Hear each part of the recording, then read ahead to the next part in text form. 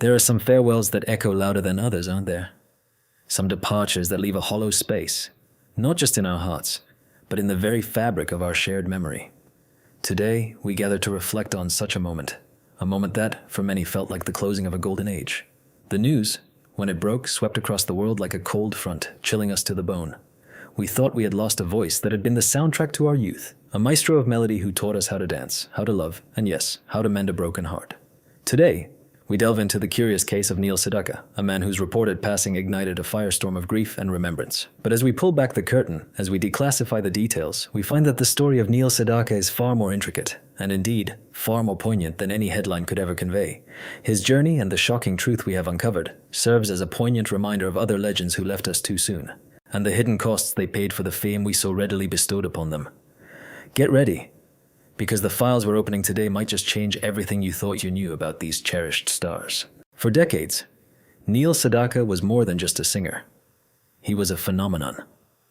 From the moment his fingers first danced across the piano keys, and that distinct, youthful tenor filled the air, he captured the hearts of a generation. Songs like Calendar Girl, Oh Carol, and Breaking Up Is Hard to Do weren't just hits. They were anthems, etched into the collective memory of a nation coming of age. He was a cornerstone of the legendary Brill building sound, a brilliant composer whose melodies were as infectious as they were heartfelt. He sang of teenage longing, of first loves and inevitable heartbreaks, always with an earnestness that felt both personal and universal. Through the 60s, he reigned supreme, a pop music prince whose charm and talent seemed boundless. Even when the British invasion shifted the musical landscape, Sedaka, with his undeniable talent, found new ways to connect, writing for others, and eventually staging a triumphant comeback in the 70s with hits like Laughter in the Rain and the iconic Love Will Keep Us Together, which he co-wrote. His career was a testament to resilience, a masterclass in adapting and enduring in an ever-changing industry. He had seen it all, survived it all, charming audiences around the globe for over 6 decades. He was a survivor, a musical giant who seemed destined to outlast us all, filling our lives with joy and nostalgia for as long as we had ears to hear. Yet, the files we've accessed reveal a pressure far more insidious than any record label demand or shifting musical trend. It wasn't the weight of expectation that threatened to crush him, but the very fabric of reality itself. Imagine waking up one morning to find the world mourning you. Not just a few misplaced rumors, but a full-blown global wave of grief, memorial tributes, and heartfelt eulogies, all for a man who was still very much alive. This was the bizarre, almost Kafkaesque ordeal that Neil Sedaka faced. The official story, the one propagated across digital channels, was a quiet, dignified end, a passing attributed to natural causes. But the truth, the declassified detail, is that his death was a fabrication, a cascade of digital misinformation, a viral falsehood that took on a life of its own. He didn't die of a medical condition. He was, in a sense, killed by a lie. The man who wrote the literal anthem for painful goodbyes, Breaking Up Is Hard to Do, was forced to witness his own breakup with the world, a fiction he was powerless to stop. He had provided the soundtrack for millions navigating the end of relationships, only to have his own existence become a source of fabricated grief for his adoring fans. The tragic timeline of Neil Sedaka's final days is not a story of physical decline, but one of profound existential bewilderment. He watched perhaps with a mix of horror and morbid curiosity as the world eulogized him. The quiet dignity of his supposed passing was a stark contrast to the vibrant, life-affirming spirit he continued to embody. The greatest secret, the detail locked away in the deepest file, is the most profound irony of all.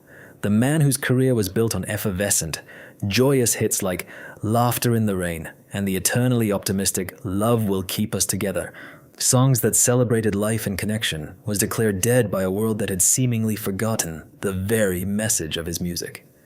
The core truth we've uncovered isn't a dark secret from his past. It's that at the time of this very documentary, Neil Sedaka is very much alive. The world was mourning a ghost, while the man himself was still, presumably, enjoying the laughter in the rain. The true tragedy isn't his death, but the chilling realization that in our digital age, a person can be erased, mourned, and reborn without ever taking a final breath. It's a sobering thought, isn't it, about the nature of truth and memory in our modern world. From the sun-drenched shores of Australia, Olivia Newton-John emerged, an ethereal voice wrapped in an image of pure, wholesome beauty. She captivated us from the very first note, whether she was singing country ballads that crossed over into pop charts or transforming into the leather-clad siren of Greece. Her early career was a delicate dance between genres, her angelic vocals finding a home in both Nashville and the pop music mainstream. She was a breath of fresh air, a talent that felt both accessible and extraordinary. Who could forget her in Grease, lighting up the screen as Sandy, evolving from innocent schoolgirl to confident, empowered woman? It was a role that cemented her as a global superstar, a symbol of transformation and enduring charm. Beyond the silver screen and the stage, Olivia was a beacon of light, her gentle spirit and radiant smile a constant source of warmth for her fans around the world. Her music, her films, her very presence, they all contributed to a legacy of joy and inspiration that few artists ever achieve. She was, in every sense of the word, a true darling of the public, an artist whose career spanned decades and whose influence touched countless lives. But beneath that radiant exterior, Olivia faced pressures that few could comprehend. The demands of superstardom, the constant scrutiny, and then, the most profound challenge of all, a relentless, insidious illness that would stalk her for decades. While the world saw her as a picture of health and vitality, Olivia was engaged in a private, grueling battle against a recurring enemy. This invisible war forced her to confront her own mortality, to find strength she never knew she possessed, and to ultimately become an unwavering advocate for wellness and medical research. It was a burden she carried with incredible grace, turning personal hardship into a platform for hope and healing. And yet, the files declassify a fascinating, almost hidden symbiosis that played a pivotal role in her early ascent. At the nadir of his own American career, a forgotten Neil Sedaka became a ghostwriter for Olivia's initial rise. While his own voice was silenced on United States radio in the early 70s, his compositions, like her tender hit Sam and the uplifting country charter Let It Shine, became the secret architecture of her early superstardom. It was a partnership forged in the shadows of the charts, a king in exile building a new Queen's castle, his past paving the way for her future. Olivia Newton-John's final days were not marked by defeat, but by an extraordinary testament to her indomitable spirit. Her decades-long battle with breast cancer was fought with a pioneering dedication to research and holistic wellness, transforming her into a courageous icon for millions facing similar struggles. She faced each recurrence with an almost spiritual resolve, her public appearances radiating hope even as her body waged a war within. When she finally left us, it wasn't a surrender, but a peaceful transition, a release from the physical pain she had borne with such quiet strength. Her passing in August of 2022 was a moment of profound sadness, yet also a celebration of a life lived with purpose and unwavering kindness.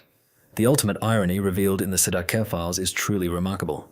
Olivia Newton-John, an Australian pop singer, controversially conquered the American country music scene, even winning the 1974 Country Music Association Female Vocalist of the Year award. A secret weapon in her arsenal was music co-written by Neil Sedaka, a pop idol from Brooklyn, New York. Together, two of the biggest outsiders imaginable broke the Nashville mold, using pop sensibilities to redefine what country could be, much to the industry's initial outrage. It's hard to accept when such a luminous talent, who brought so much pure joy and resilience into the world, is ultimately taken by such a relentless adversary. Her enduring positivity, even in the face of immense struggle, remains a powerful lesson for us all. Please, share in the comments which of her songs or roles touched your heart the most, because as long as we remember her, she's never truly gone. He strode onto the screen, a force of nature, with a wry smile and an air of effortless command. Sean Connery wasn't just an actor. He was the embodiment of cool, the quintessential secret agent, James Bond.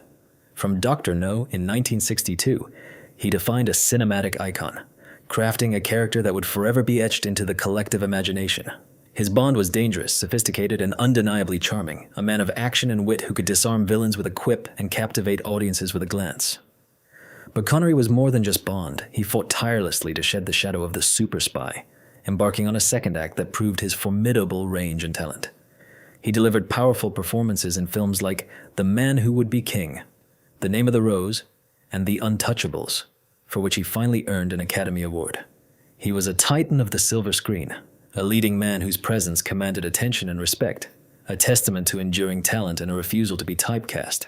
His career, spanning decades, was a masterclass in reinvention, proving that true star power transcends any single role. Yet the very role that launched him into superstardom became a cage he desperately tried to escape. The pressure to perpetually be James Bond, to maintain that image of indestructible masculinity, weighed heavily on him. He yearned to be seen as a serious actor, not just a suave secret agent. This internal struggle, this fight for artistic autonomy, was a constant undercurrent throughout his career. Our investigation uncovered a forgotten television performance from 1970, a poignant moment where he almost surreally tried to break the mold. The song he performed, with an almost chilling resonance, was Puppet Man. The author of that song, the man who gave Connery the very lyrics to protest his own typecasting, was none other than a young Neil Sedaka. The file shows Connery, trapped in the Bond machine, literally singing about being manipulated by strings, using words supplied by the king of pop Heartbreak. It was a subtle, yet profound, cry for help disguised as a variety show number, a public declaration of his desire to cut the strings that bound him to a singular identity. Sean Connery's final chapter was a quiet, dignified retreat from the public eye, a poignant fade for a man who had always lived in the spotlight. The official cause listed on his certificate was pneumonia and respiratory failure, but his family was clear. The true culprit was dementia. It was a long, slow fade that stole the man from the inside out, gradually eroding his sharp wit and formidable intellect, leaving the iconic shell behind. This cruel condition, a thief of memory and identity, slowly disconnected him from the very essence of who he was, a stark and heartbreaking contrast to the vibrant, commanding presence we had known. He passed peacefully in his sleep in October of 2020, a quiet end to a life lived at maximum volume. The supreme irony is not that he tried to escape Bond, but how he did it. He fought tooth and nail to prove he was more than a puppet man on a string for producers.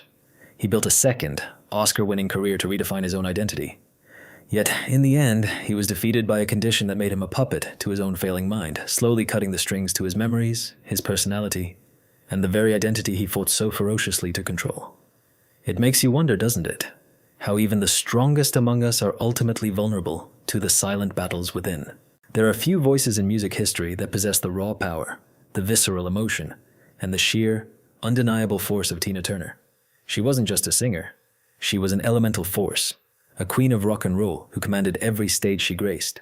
From her electrifying early performances with Ike Turner, through the tumultuous years, to her triumphant solo resurgence, Tina's journey was one of unparalleled resilience and artistic evolution. Her legs, her moves, her unforgettable hair, they were all part of a dazzling package. But it was that voice, a primal scream of joy and pain that truly resonated. Hits like Proud Mary, What's Love Got to Do With It, and Simply the Best weren't just catchy tunes. They were declarations of independence, anthems of survival. She didn't just sing songs, she lived them, pouring every ounce of her lived experience into every note. Her story became a beacon of hope for countless individuals, a testament to the human spirit's ability to overcome profound adversity and emerge, not just intact, but stronger, more brilliant than ever before. She was a global phenomenon, a legend who defied expectations and broke barriers, inspiring generations with her courage and her art. But behind the dazzling sequins and the electrifying performances lay a story of profound and unimaginable hardship. Tina Turner's life was marked by deep personal struggles, a prolonged period of profound childhood trauma, and later an incredibly challenging marriage that cast a long shadow over her early career. The radiant smile and explosive energy she displayed on stage often masked a private world of immense pressure and emotional pain. The demands of performing, of maintaining a public persona while enduring such personal turmoil, were immense. She was forced to navigate a treacherous path, constantly fighting for her own agency and self-preservation in an environment that often sought to control and diminish her. It was a testament to her extraordinary inner strength that she not only survived but thrived, eventually breaking free to forge her own path to superstardom. And yet, the files reveal a chilling dissonance from her early career. File reference, INTT, 61, SL. In 1961, Ike and Tina Turner recorded the song Puppy Love for their album The Soul of Ike and Tina Turner. The song was a piece of pure, innocent bubblegum pop, written by none other than Neil Sedaka and his partner Howard Greenfield. The file reveals the stark, almost terrifying contrast of this moment. Tina, a young woman already trapped in Ike Turner's brutal and controlling orbit, was compelled to use her powerful voice to sing about the most naive and simple form of teenage infatuation, a world away from her violent reality. The recording session itself becomes a piece of evidence, a document of the stark chasm between the art she was forced to produce and the life she was forced to endure. Tina Turner's final years were a testament to the peace and contentment she finally found after decades of struggle. Having overcome immense personal hardship, she settled into a quiet, joyful life in Switzerland, finding love and tranquility far from the chaos of her past. Though she battled long-term illness, including public struggles with hypertension and kidney disease, and a stroke in 2009, she faced these challenges with characteristic fortitude.